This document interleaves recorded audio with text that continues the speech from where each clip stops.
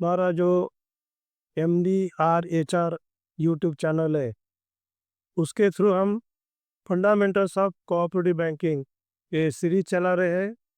आज का जो वीडियो है वो 9 नंबर का है, आज की 9 नंबर की कड़ी है। और आज हम जो रिजर्व बैंक ऑफ इंडिया का नया नोटिफिकेशन आ गया गोल्ड लोन्स के बारे में, उसके बारे में समझने की कोशिश करेंगे। क्या डायरेक्शन है रिजर्व बैंक ऑफ इंडिया के?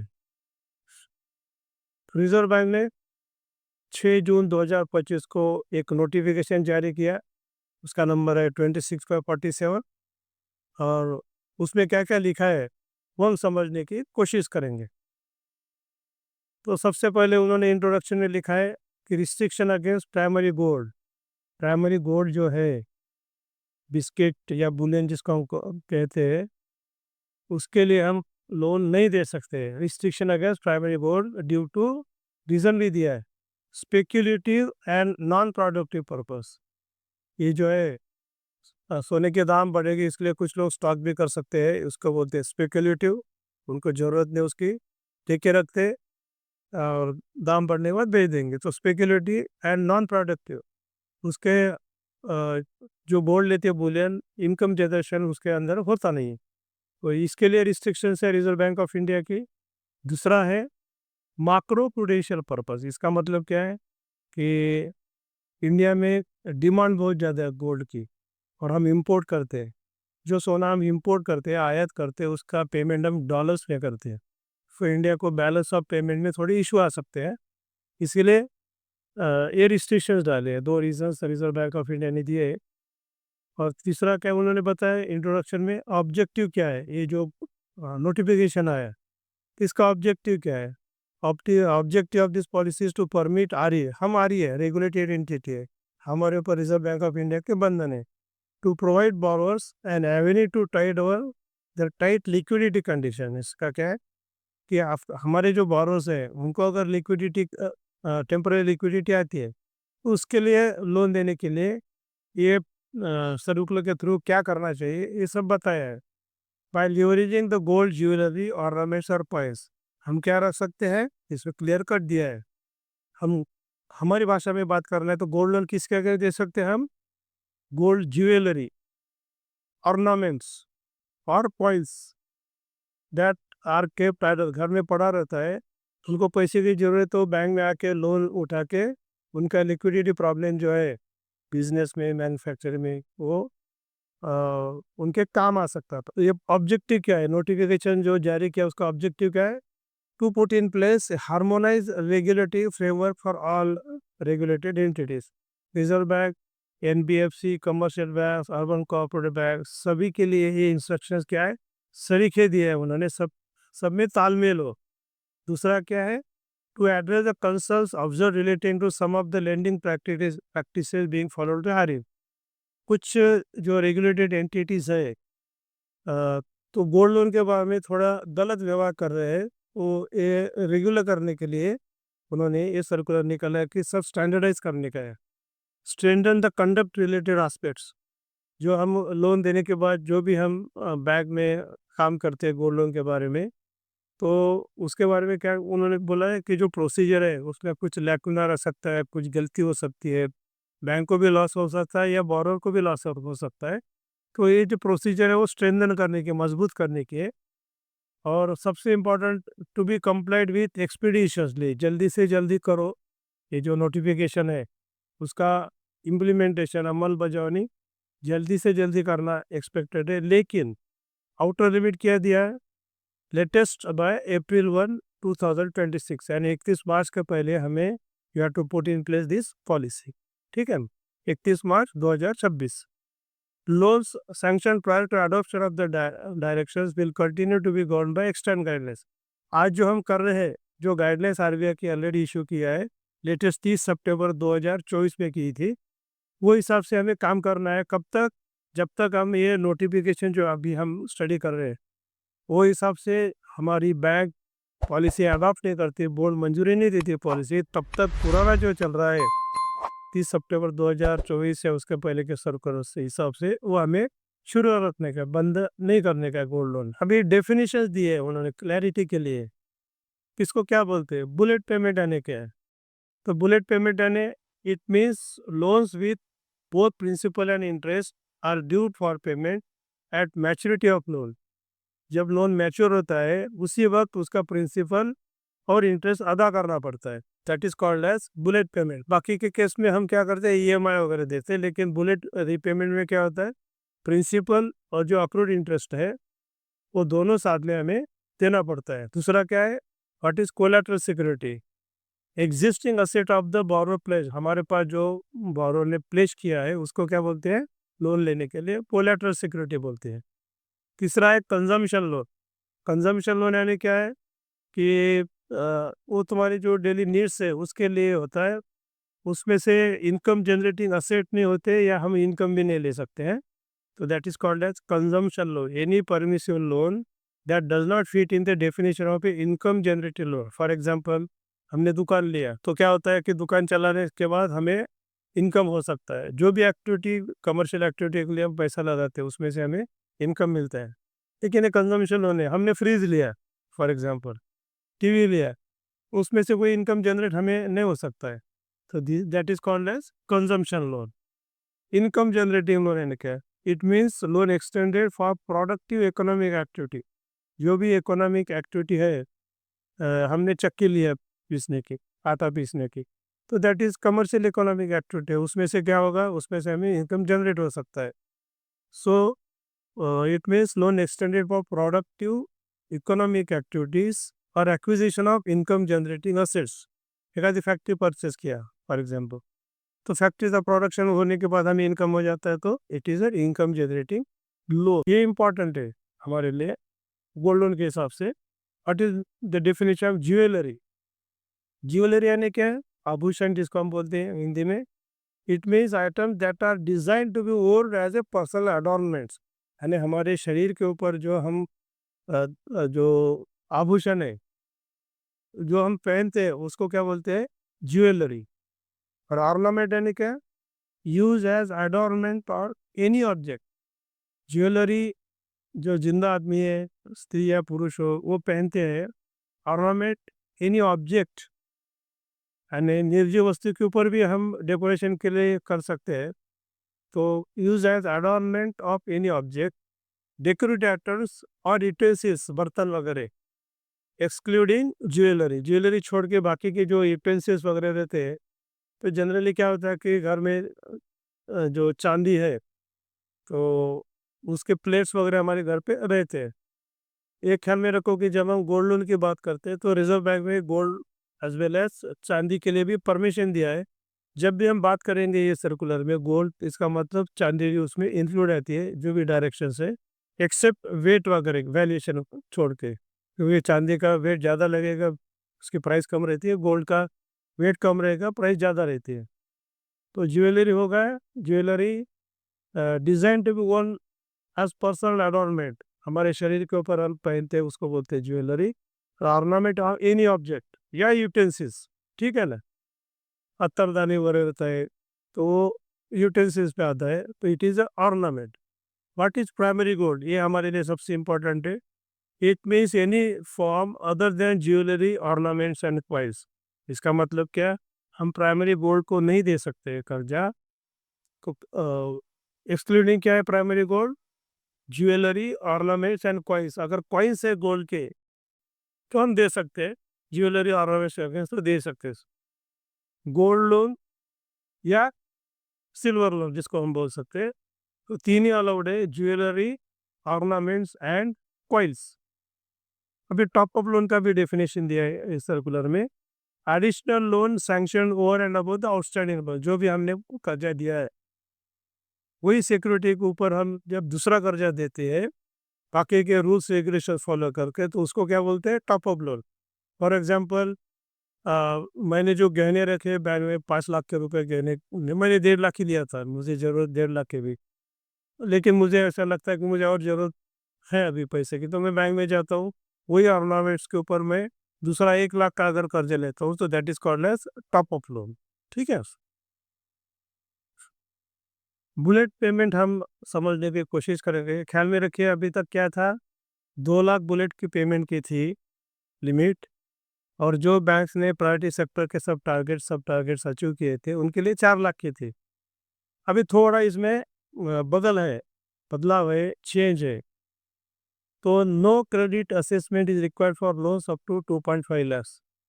उन्होंने क्या बताया, आरबीआई ने 2 लाख 4 लाख अभी भूल जाओ, ये पॉलिसी अडॉप्ट करने के बाद हमारी जो बुलेट पेमेंट की लिमिट है वो 2.5 लाख है। और ये 2.5 लाख कौन सी है? 12 महीने में जो इंटरेस्ट लगेगा उसको जोड़ के, इंक्लूडिंग इंटरेस्ट। अभी तक हम प्रिंसिपल अमाउंट देखते थे 2 लाख 4 लाख, लेकिन अभी हमको हमारा इंटरेस्ट कितना ऐड होने वाला है 12 महीने में वो भी हमें कैलकुलेशन करना पड़ेगा। ये रफली हमारा अगर total principle of interest 2.5 lakh होता है 12 महीने में, तो हम लगभग 2.25 लाख दे सकते हैं। ठीक है, वो तो आपकी क्रेडिट पॉलिसी आपको बताएगी। तो ये कंजम्पशन लोन या बुलेट रीपेमेंट जो है उसमें रीपेइंग कैपेसिटी हमें देखना नहीं चाहिए, उसका इनकम कितना है, वो कैसा भरेगा, वो ज़्यादा सोचने का नहीं है, because it is a consumption loan. The bullet payment limit of 2.5 lakhs is the amount payable at the maturity, that is inclusive of interest after 12 months. So principal और इंटरेस्ट दोनों जोड़ के 2.5 लाख से ऊपर नहीं होना चाहिए 12 महीने। ये बुलेट पेमेंट की नई डेफिनेशन है।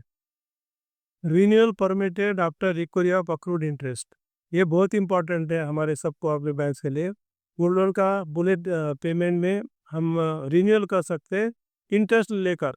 अभी तक क्या था डायरेक्शंस, पूरा के पूरा पैसा लो, अकाउंट क्लोज करो और नेक्स्ट डे हम दे सकते थे। अभी क्या डायरेक्शंस है, यू कैन रिकवर इंटरेस्ट, जो भी इंटरेस्ट होगा, और उसके बाद आप दूसरा लोन अगर अगर उसको ज़रूरत है, वो डिमांड करते हैं तो दे सकते हैं। Top up loan is permitted subject to LTV and overall limits. LTV यानी लोन टू वैल्यू, जो हम लोन देते हैं टोटल वैल्यूएशन के, जो मार्जिन हम दूसरे लफ्ज में हम बोल सकते हैं, तो मेंटेन अगर होता है तो we can give top up loan. सिर्फ आरबीआई की क्या एक्सपेक्टेशंस है, सीबीएस है हमारा जो कोर बैंकिंग सॉल्यूशन है, it should distinguish between renewal and top up loans. हमने कितने लोन्स रिन्यूअल किए, कितने फ्रेश दिए और कितने टॉप अप लिए, ये सब सिस्टम ने हमें डेटा देना चाहिए, रिपोर्ट जनरेशन होना चाहिए ऑटोमेटिक। अभी लोन टू वैल्यू में भी बदलाव है। पहले लोन टू वैल्यू यूनिफॉर्म 75% थी, 25% मार्जिन था। लेकिन उन्होंने अभी 3 कैटेगरीज की है। 2.5 लाख तक का लोन है, उसके लिए लोन टू वैल्यू कितना दिया, 85% यानी 15% मार्जिन।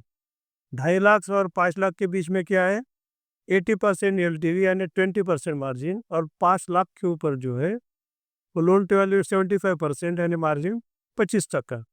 और पहले भी ये पुरानी ये थी instructions, LTV should be maintained eight ongoing basis, यानी बीच में अगर सोने के दाम कम हो जाते हैं तो हमें, अगर एलटीवी वायलेट होता है तो रिकवरी करना पड़ेगा। अभी तो गए लास्ट फ्यू ईयर्स से तो सोने के दाम बढ़ रहे तो कोई बैंक को कोई तकलीफ नहीं हुई, लेकिन इन केस फ्यूचर में अगर दाम घटते हैं तो एलटीवी हमें मेंटेन का पड़ता है, रिकवरी हमें करना पड़ेगा एडिशनल, इतना ख्याल में रखना। रिस्ट्रिक्शंस एंड सीलिंग्स, क्या क्या रिस्ट्रिक्शंस एंड सीलिंग्स है ये हम समझने की कोशिश करेंगे गोल्ड लोन के बारे में। Lender shall not grant any advance against और लोन अगेंस्ट गोल्ड और financial assets backed by primary gold यानी बुलियन या हम बिस्किट्स जिसको बोलते हैं, या units of exchange traded funds, mutual funds के अगेंस्ट हम लोन नहीं दे सकते हैं। Aggregate weight of gold coins, अभी बताया था कि गोल्ड कॉइन्स के अगेंस्ट हम दे सकते हैं, लेकिन उसको रिस्ट्रिक्शंस है, सीलिंग है। ज़्यादा से ज़्यादा 50 ग्राम तक कॉइन्स का वेट के अगेंस्ट हम दे सकते हैं, उससे ज़्यादा हम नहीं दे सकते हैं। सो कॉइन्स का वेट कितना ज़्यादा से ज़्यादा अलाउड है, कॉइन्स अलाउड है, लेकिन ज़्यादा से ज़्यादा कितना वेट, 50 ग्राम तक।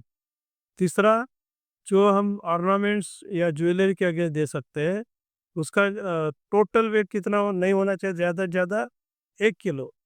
1 किलो तक हम गोल्ड लोन दे सकते हैं, उससे ज़्यादा हम गोल्ड लोन नहीं दे सकते। टोटल उसके जितने भी अकाउंट है बैंक में, उसकी टोटल पर बार और 1 केजी से ज़्यादा हम लोन नहीं दे सकते।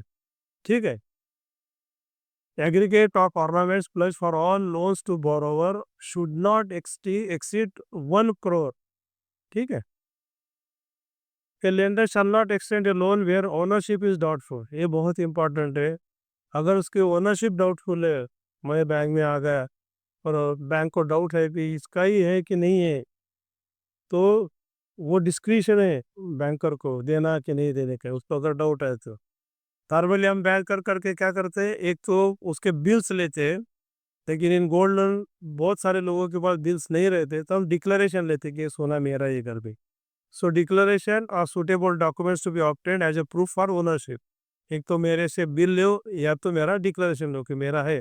फिर भी हमने थोड़ा आइडेंटिफाई करना चाहिए बैंकर, ओनरशिप के बारे में डाउट है तो उसको लोन नहीं देना चाहिए। फॉर मल्टीपल और frequent sanction of loans against illegal collateral to the same borrower, a threshold limit for every paid amount has to be decided by. यार इसका मतलब क्या है, मैं बैंक में बार बार आ रहा हूँ, गोल्ड लोन ले रहा हूँ, पहली बार आया 1 लाख लिया, दूसरी बार आया 3 लाख लिया, दूसरी बार आया और कुछ लिया, कभी टॉप अप लोन दिया। लेकिन हमारी जो पॉलिसी आएगी अभी बनाना पड़ेगा, तो उसमें कुछ तो भी रिस्ट्रिक्शन डालना चाहिए कि टोटल कितना देना चाहिए उसको। तो टोटल अमाउंट ऑफ लोन कितना दे सकते हैं वो भी रिस्ट्रिक्शन डालना चाहिए। ठीक है ना? नहीं तो कंट्रोल मॉनिटरिंग के लिए बहुत डिफिकल्ट जाएगा। This threshold limit should be part of AML. AML work हमारा जो एंटी मनी लॉन्ड्रिंग है उसका फ्रेमवर्क में आना चाहिए, ट्रिगर होना चाहिए बहुत ज़्यादा अगर किसी ने लोन दिया तो। That is banks policy. Lender shall not release gold pledge by it to its borrowers. हमारे पास जो हमारे बोरोअर्स ने गोल्ड पैकेट्स के अंदर गोल्ड जो रहता है, तो वो गोल्ड के अगेंस्ट हम लोन नहीं ले सकते दूसरी तरफ जाके। So lender shall not release gold pledge to it by its borrowers. ये ख्याल में रखें कि ये जो इंस्ट्रक्शंस है सभी के लिए है, एनबीएफसी के लिए भी है, इसके लिए वर्डिंग आ रहा है। बैंक तो ऐसा कभी करती नहीं है, लेकिन कभी किसी किधर फ्रॉड हो सकता है, then it is possible. So lender shall not replace gold place to create by his borrowers. Borrower का जो सोना हमारे पास है उसको दूसरी तरफ गिरवी रख के हम लोन नहीं ले सकते। Extend loans to other lenders entities और individuals against collateral pledge with them in the form of gold. दूसरे लोगों को भी, अगर मैंने आपके पास बैंक में आया, मैं आपने मुझे गोल्ड लोन दिया, तो मेरे गोल्ड के आगे सब दूसरे लोगों को भी नहीं दे सकते। वो मेरा गोल्ड मुझे लोन देना चाहिए। For gold about 2.5 lakh, bullet repayment में 2.5 लाख की लिमिट है। सो उससे ज़्यादा जो है, अगर किसी को लोन चाहिए तो credit assessment including bonds repayment capacities require. जैसा हम टर्म लोन का प्रपोजल करते हैं, कैश फ्लो देखते हैं, उसी तरह वो करना चाहिए कि वो बराबर रिपे करने वाला है या नहीं। This is most important. Slide number 10, valuation and assaying. Assaying यानी परीक्षण, लोअर ऑफ द एवरेज। इसका वैल्यूएशन कैसा करते हैं गोल्ड का हमारे पास जो है, तो गए 30 साल, सॉरी 30 दिन तक जो गोल्ड का रेट है, lower of the average closing price for the gold that's specific purity over the presiding 30 days. Purity है, फॉर एग्जांपल 22 कैरेट की प्योरिटी हमने पकड़ लिया, तो 22 कैरेट की प्योरिटी के लिए गए 30 दिन तक जो भी क्लोजिंग प्राइस है गोल्ड का, उसका एवरेज लेने का है। या यस्टरडे, आज अगर लोन दे तो कल का जो क्लोजिंग प्राइस था, दोनों में से जो कम है वो हम वैल्यूएशन पकड़ते हैं गोल्ड का। ठीक है ना? अदरवाइज दूसरा भी रास्ता है, पब्लिश बाय, ये जो गोल्ड रेट है वो कौन पब्लिश करता है? Publish by Indian Boolean and jewellers association.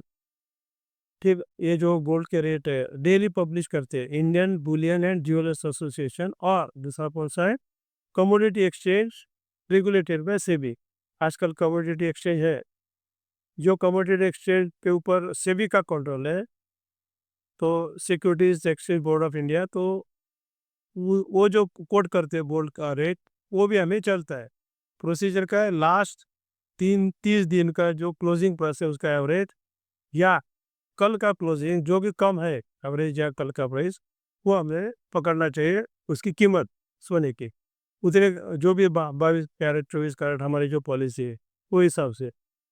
Intrinsic value of the gold to be consider. इसका मतलब क्या है? आंतरिक वैल्यू यानी क्या है?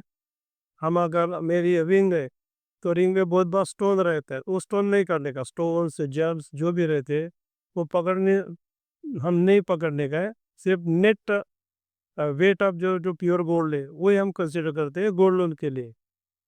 जो precious stones James should not be considered. Conduct related aspects, ये बहुत इंपॉर्टेंट है। सभी ब्रांच में, बैंक की जितनी भी ब्रांचेस है, वो स्टैंडर्डाइज प्रोसीजर चाहिए। तो उसका परीक्षण करने का, उसकी कीमत ठहराने का, उसका वेट कैसा पकड़ने का, नेट वेट, ग्रॉस वेट, इसका जो प्रोसीजर है वो सब यूनिफॉर्म चाहिए पूरे बैंक लेवल में। बाद में हमारी जो वेबसाइट है उसके ऊपर ये पूरा उसका डिटेल्स डिस्क्रिप्शन आना चाहिए बैंक के वेबसाइट के ऊपर।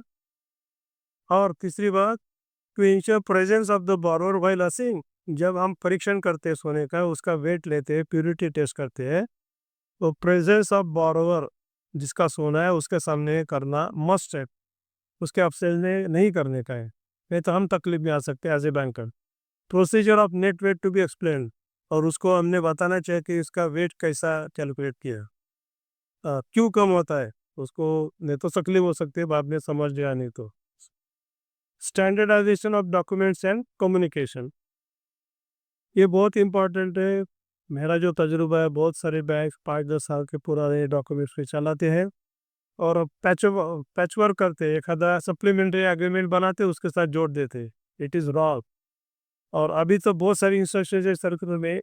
इसके लिए मेरी अपील है सभी बैंक्स को कि गोल्ड लोन के डॉक्यूमेंट्स अफ्रेश करो, नए इस तरीके से करो, जो भी ये सर्कुलर में बताया। व्हाट इज दैट, क्या क्या लिखा है उन्होंने standardization of documents and communication में, uniform across all the branches, ये डॉक्यूमेंटेशन सभी ब्रांच में सही होना चाहिए। और लोन एग्रीमेंट में क्या क्या चाहिए, ये इंपॉर्टेंट है। Description of eligible collateral taken as security, जो भी गोल्ड है उसका डिस्क्रिप्शन, वर्णन, वो डॉक्यूमेंट में होना चाहिए। और वैल्यूएशन कैसा निकाला, वो सब डिटेल्स डॉक्यूमेंट में आना चाहिए। ठीक है। नोटिस पीरियड बिफोर ऑक्शन, अगर हमें ऑक्शन करने का है, उसने पैसा नहीं भर दिया तो हम ऑक्शन करके सेल करते, तो उसका नोटिस पीरियड कितना रहेगा इन केस ऑफ डिफॉल्ट, वो भी हमें डॉक्यूमेंटेशन में इनकॉर्पोरेट करने का है। और ऑक्शन प्रोसीजर कैसी रहेगी बैंक की, वो प्रोसीजर भी डॉक्यूमेंट्स में आना चाहिए कि हम कौन सी स्टेप्स है हमारे ऑप्शन के, हम क्या करने वाले हैं, क्या रूल है हमारे। Timelines for release of pledge security, timelines for release of pledge security upon full payment, जब भी बोरोवर पूरा पैसा देता है या कभी कभी ओटीएस में सेटलमेंट होता है, तो अकाउंट क्लोज होने के बाद फुल पेमेंट या ओटीएस, तो उसको कितने दिन के अंदर हम वापस करेंगे उसका गोल्ड ऑर्नामेंट्स या ज्वेलरी, वो भी मेंशन करना जरूर है। Refund of surplus if any from auction, अगर हमने ऑक्शन किया, उसने रिपेमेंट नहीं किया, सोना या ज्वेलरी बेच दिया, और हमारा जो प्रिंसिपल प्लस इंटरेस्ट रिकवर होने के बाद जो सरप्लस अमाउंट है वो भी हम वापस करेंगे। रिफंड ऑफ सरप्लस वो भी डॉक्यूमेंट्स में आना चाहिए। और जो भी हमारे चार्जेस हम लगाने वाले एलिजिबल चार्जेस, उसका भी मेंशन जो डॉक्यूमेंट्स हम ले रहे हैं उसमें आना चाहिए।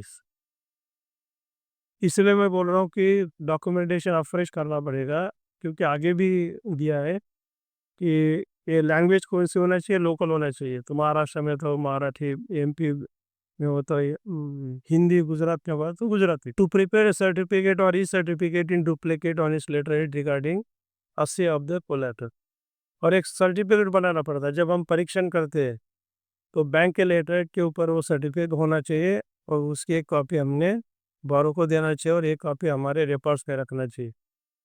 उसके अंदर क्या क्या करना पड़ता है, हमें क्या मेंशन करना पड़ेगा, प्यूरिटी इन कैरेट्स, कितने कैरेट है, 22 कैरेट है या उससे कम है, जो भी है, purity in carats, gross and net weight, कितना ग्रॉस वेट है कितना नेट वेट है, वो सर्टिफिकेट में आना चाहिए।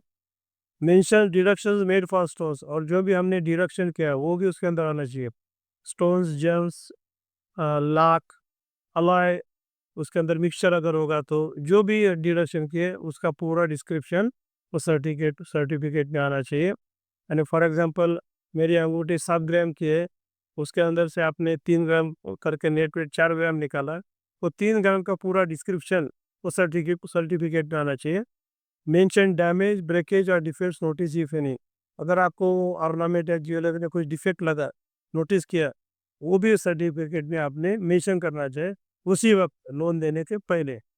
Mention clause of periodic surprise verification, हमें क्या करना पड़ेगा, पीरियोडिक सरप्राइज वेरिफिकेशन करने का जो क्लॉज है, वो भी हमारा जो सर्टिफिकेट है और डॉक्यूमेंट्स है उसके अंदर देना पड़ेगा। और हम जो डॉक्यूमेंट्स ले रहे हैं उसमें ये भी लिखना पड़ेगा हमें, अगर वो नहीं आए तो उसके एब्सेंस में भी हम उसका जो गोल्ड ऑर्नामेंट्स का पैकेट है उसका हम परीक्षण कर सकते हैं। और will inform to the borrower specifically, और उसको हम इंफॉर्मेशन भी देंगे। और प्रिफरेबली ये जो क्लॉज है वो हम डॉक्यूमेंट्स में भी इनकॉर्पोरेट करेंगे, डालेंगे। स्लाइड 14, 14 नंबर की slide. Take image of the collateral and valuation report and keep one copy with the documents. जो भी कोलेट्रल है फोटो ले उसका, और फोटो और सर्टिफिकेट अपने डॉक्यूमेंट के साथ रखने का है। और वो फोटो की एक कॉपी और डॉक्यूमेंट की एक कॉपी किसको देने की है? हमारे बोरोस को देने की है। All the communication with the borrower, specially the terms and conditions of the loan और important communication should be in the language of the region. तो जो हम सैंक्शन टिकट देते हैं, टर्म्स एंड कंडीशंस मेंशन करते हैं, वो सब काय में होना चाहिए? लोकल लैंग्वेज में होना चाहिए। और अगर बोरो ने इंसिस्ट किया मुझे इंग्लिश चाहिए, तो इंग्लिश में भी हमें देना पड़ेगा। और एन इलिटरेट बोरो, कभी बहुत बार गोल्ड लोन में इलिटरेट बोरो रहते हैं जिनको लिखना पढ़ना नहीं आता है, तो जो हमारी इंपॉर्टेंट टर्म्स एंड कंडीशन है गोल्ड लोन की, वो उसे समझाना पड़ेगा हमें इसके सामने। उसके साथ कोई अगर एक पढ़ा लिखा आदमी आया तो उसको बुला, उसके सामने उसको एक्सप्लेन करो। इसमें एक ही कंडीशन है कि ये काम हमारा एम्प्लॉय नहीं कर सकता है। बैंक के एम्प्लॉय के सामने मत, यानी वो कौन आदमी चाहिए, एम्प्लॉय नहीं चाहिए, उसका रिलेटिव फ्रेंड्स पहचान वाला आदमी चाहिए जिसके सामने हमें एक्सप्लेन करने का है। हम बोल सकते हैं कि एम्प्लॉय के सामने किया तो वो एक्सेप्टेबल नहीं है अगर आगे चल के कुछ डिस्प्यूट हुआ। कोलेटरल मैनेजमेंट यानी जो ज्वेलरी हमारे पास है, ऑर्नामेंट्स है या कोई से, तो हमने उसका स्टोरेज हैंडल कैसा करना चाहिए?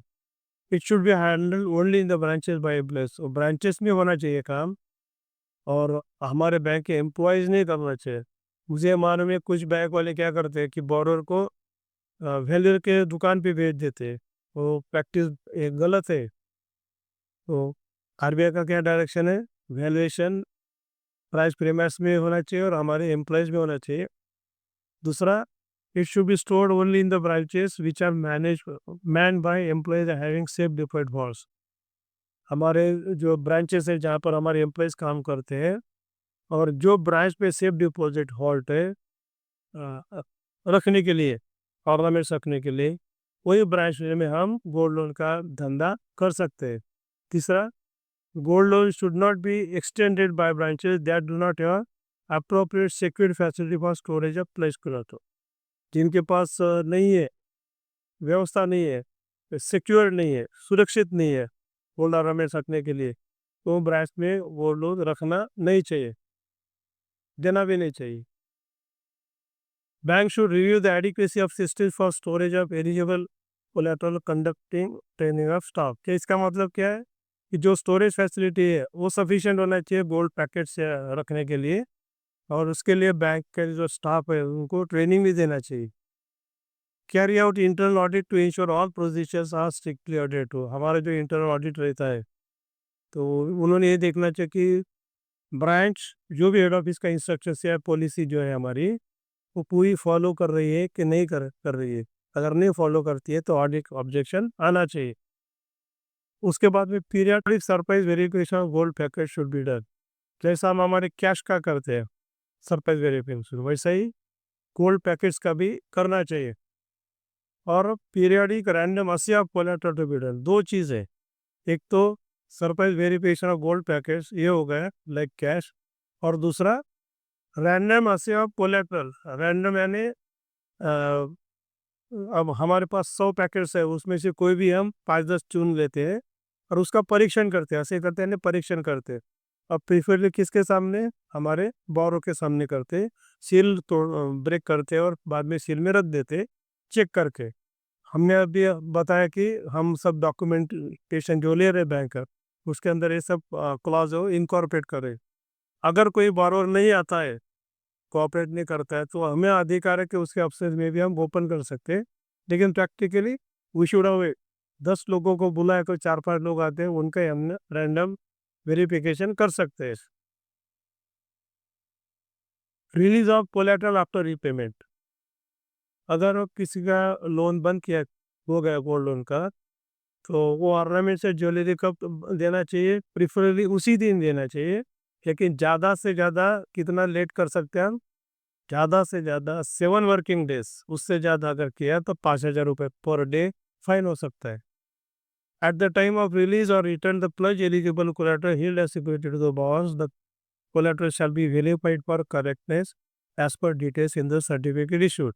अभी हमने बताया कि जब हम लोन देते हैं एक सर्टिफिकेट इशू कर रहे हैं, तो जब वापस करते हैं तो सर्टिफिकेट के हिसाब से उसको हमें वापस करना पड़ता है गोल्ड ऑर्नामेंट्स, और उसका एक्नॉलेजमेंट लेना पड़ेगा कि उससे पूरे मिल गए हैं, और कंडीशन भी जो थी वही कंडीशन में उसे वापस मिले।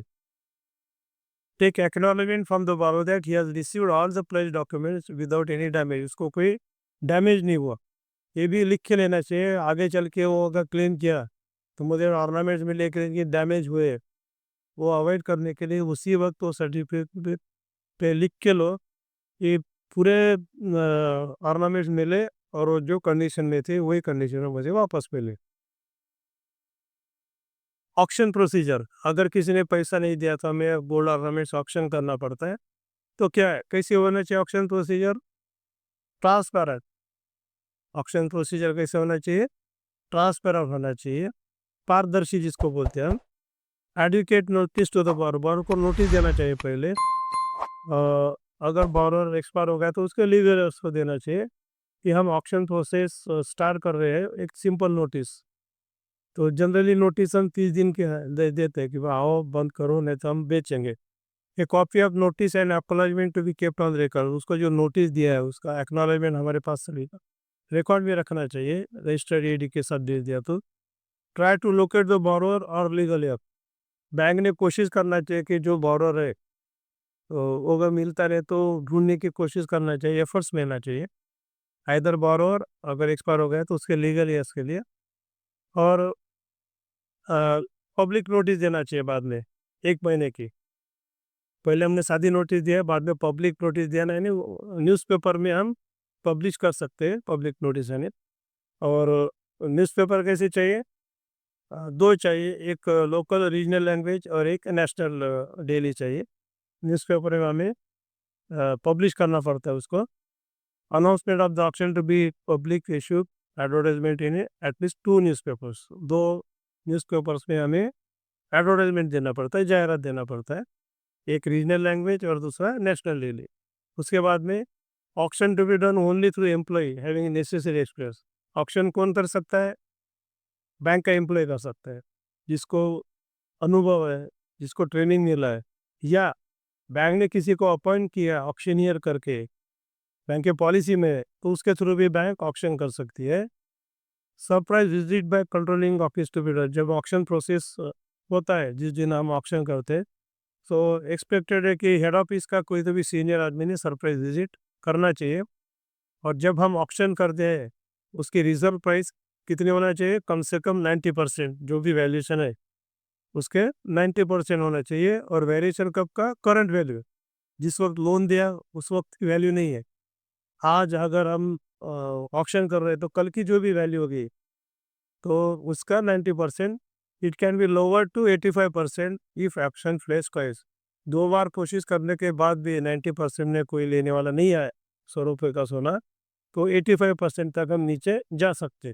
उससे नीचे जाने की इजाज़त आरबीआई ने हमें नहीं दी है। First auction should be conducted in the same district in which lending branch is located, जो ब्रांच ने लोन दिया है वही वो ब्रांच जो डिस्ट्रिक्ट में है, उसी डिस्ट्रिक्ट में उसका ऑक्शन होना चाहिए पहला।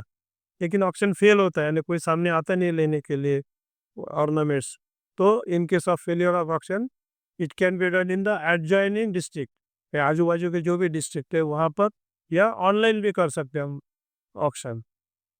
अवॉइड कॉन्फ्लिक्ट ऑफ इंटरेस्ट, इसका मतलब क्या है? बैंक के कर्मचारी या उनके रिलेटिव्स ने ये ऑक्शन में पार्टिसिपेट नहीं करना चाहिए, that is called as avoid conflict of interest.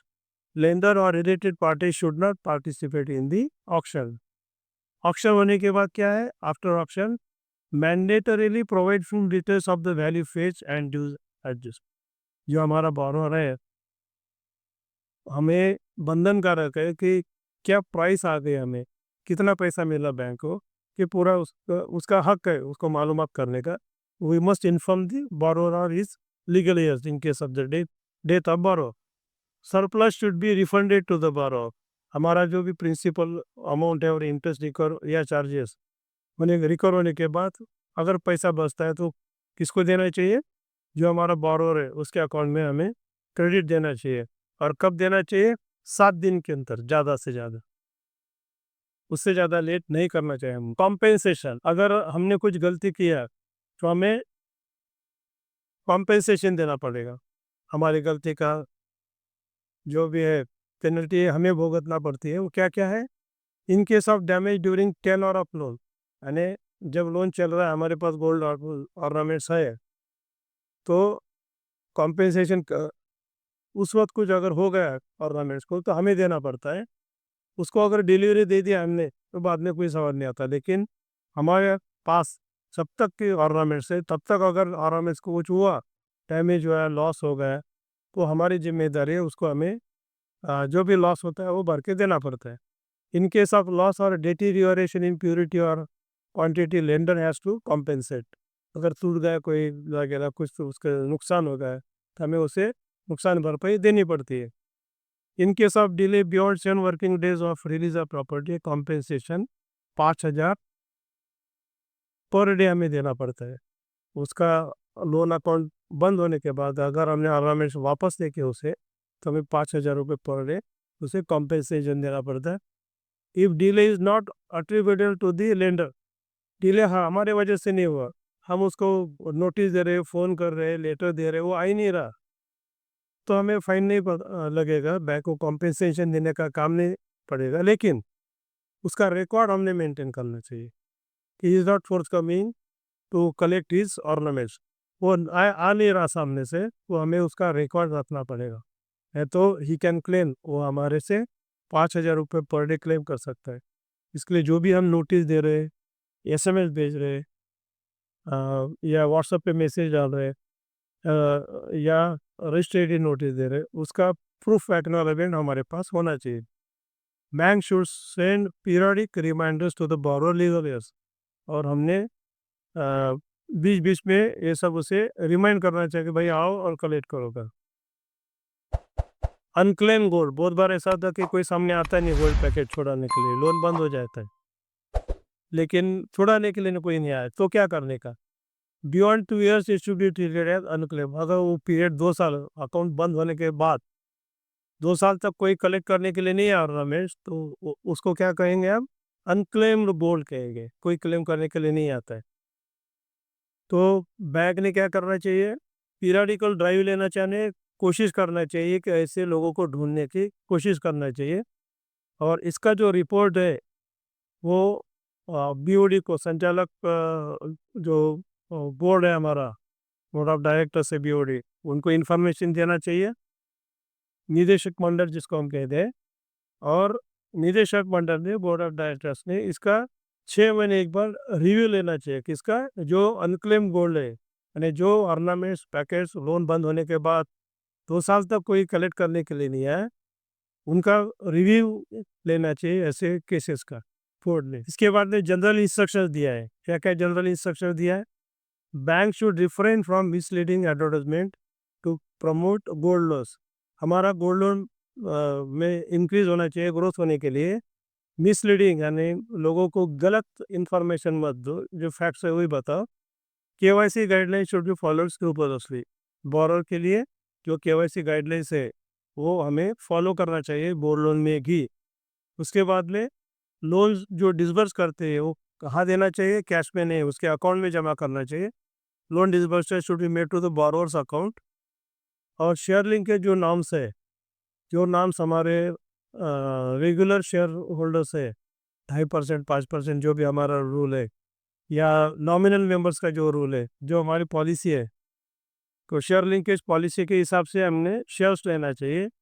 Nominal members के लिए जो मैक्सिमम अमाउंट क्रेडिट पॉलिसी में दिया है उससे ज़्यादा नहीं देना चाहिए।